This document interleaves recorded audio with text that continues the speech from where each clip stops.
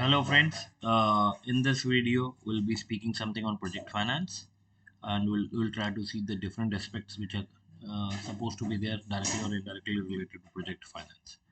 You see, if you go by definition, project finance is the long-term financing of infrastructure projects. You see, these are those projects which are industrial orientation because the investment requirement will be huge. So individually, people will not be doing it. Maybe a house which may cost 50 lakh to 1 crore rupee is an individual project. But when it goes into an industrial complex where a set of machineries need to be brought in, which valued actually very high, or the total area which needs to be covered under a project is a huge infrastructure. So there, individually, you cannot do it. It has to be coming under the name of infrastructure or project, industrial project, and hence the investment required is huge.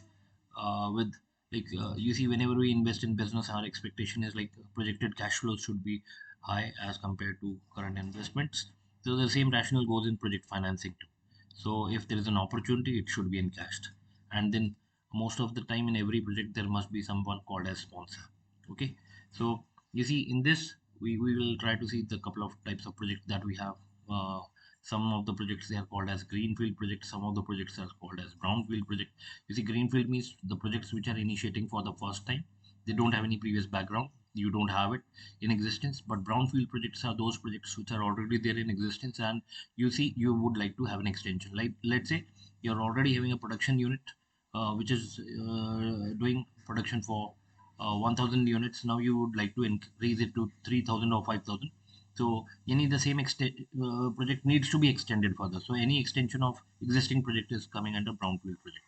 Now, nature of project means it can be backward integration, forward integration. It can be something called as diversification. It can include merger and acquisition. So all these dimensions will be a part of project, and maybe it requires financing for the same. Like when you acquire someone, you have to pay for. When you're supposed to go for different sectors as an investment, like in the terms of like you start up in one dimension, pharmaceutical sector, then you go to some other dimension which may not be related, just to bring in the element of diversification. Then you see this investment is huge, and it requires banks to come in as a facilitator. Then you do have project financing which are irreversible in nature, and you see they are having long-term profitability, and may have their impact on the competitive position of your business. It is something to do with risk perception of the company. Okay, and then this is why project financing is very important. They are irreversible in nature. Once you take it, you will not be able to take out the investment, and it will take long time to recover it. Gestation period is usually very high. Competitive position is what needs to be taken into consideration with profit. Okay, so when it comes to sources of financing, you can go to equity, you can have term loans, you can issue debentures, or it can be deferred credit facility which you may bring in. So to finance your various projects. So parties involved in project financing, they include sponsor, lender, off-taker, any the person who is going to take your final product. Let's say you start up a venture to produce a particular type of category of products, and you see you set your buyer in advance. Let's say you're setting up an electricity production unit. Who is going to be your potential buyer? You're defining it in advance. You're settling your product selling cost, selling price. So everything is pre-defined. Okay, you may have contractors, vendors who are going to help you in developing your project. You may have equipment supplier for your particular machinery that you have. You see, you don't have a local person, so maybe you have to go for certain contracts in advance. You may have an insurance company who is supporting you.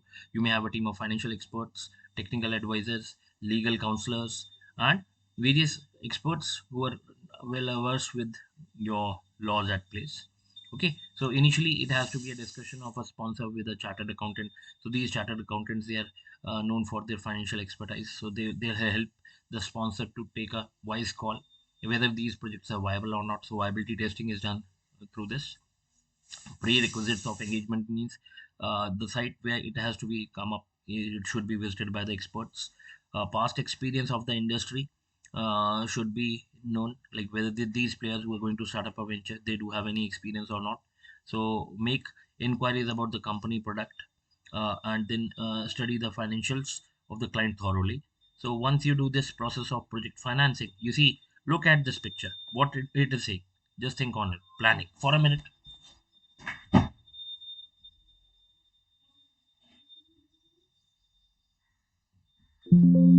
Planning is nothing but it is an art of like taking a series of like things into our mind before executing it.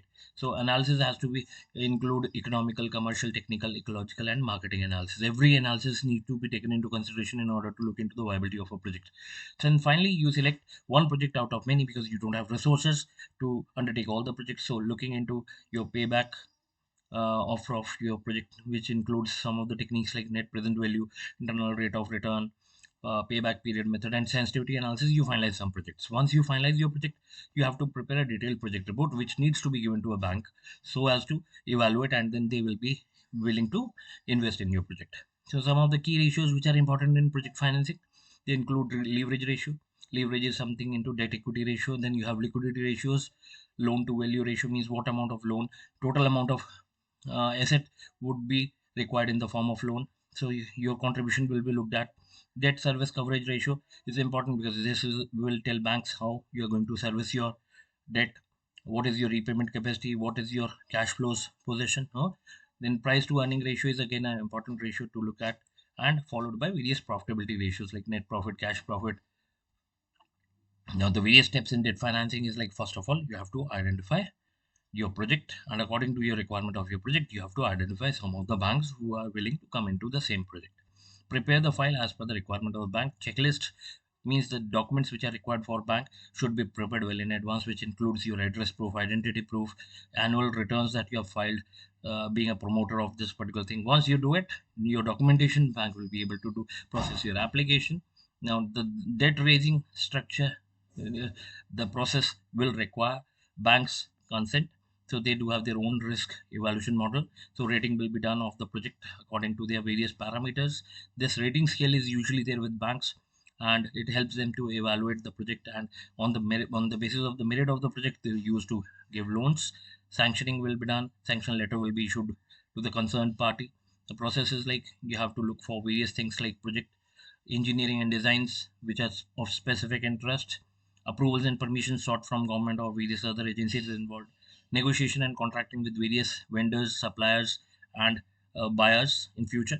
So construction of the site construction, and then what material is used, what type of like specifications are there. You need to map all those, whether approvals have been taken or not, training of the manpower, and finally you see your whatever plant you are, or let's say whatever project you are initiating, its execution. Final execution is what is important. So project monitoring means we have to run on a schedule.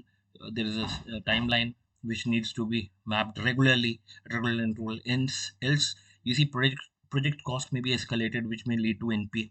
So it is very important that what revenue forecast has been done, whether it is met, all met, or there are some deviations. So check for the reasons for deviations. The various risks associated to project financing, they are the construction and completion risk. Means let's say your project is not complete in time, so may lead to heavy costing. May lead sometimes leads to like operational challenges. So next is operational risk, system related risk.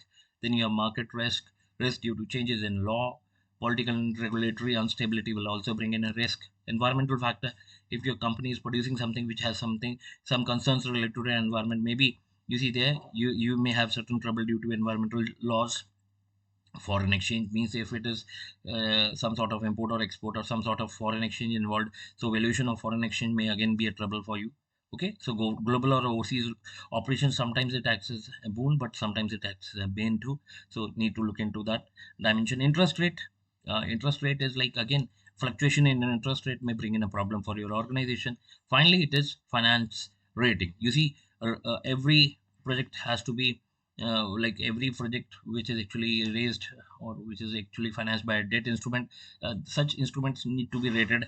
So you see here it is Crisil Care, they who are acting as rating agencies. CIBIL is individual score which can be used for evaluating the character or background of an individual. So for companies it is you see rating, and for individuals it is credit score which is used for mapping the element of risk. The risk analysis actually revolves around the element of financial strength of an individual. So individual who is initiating the project is called as a sponsor.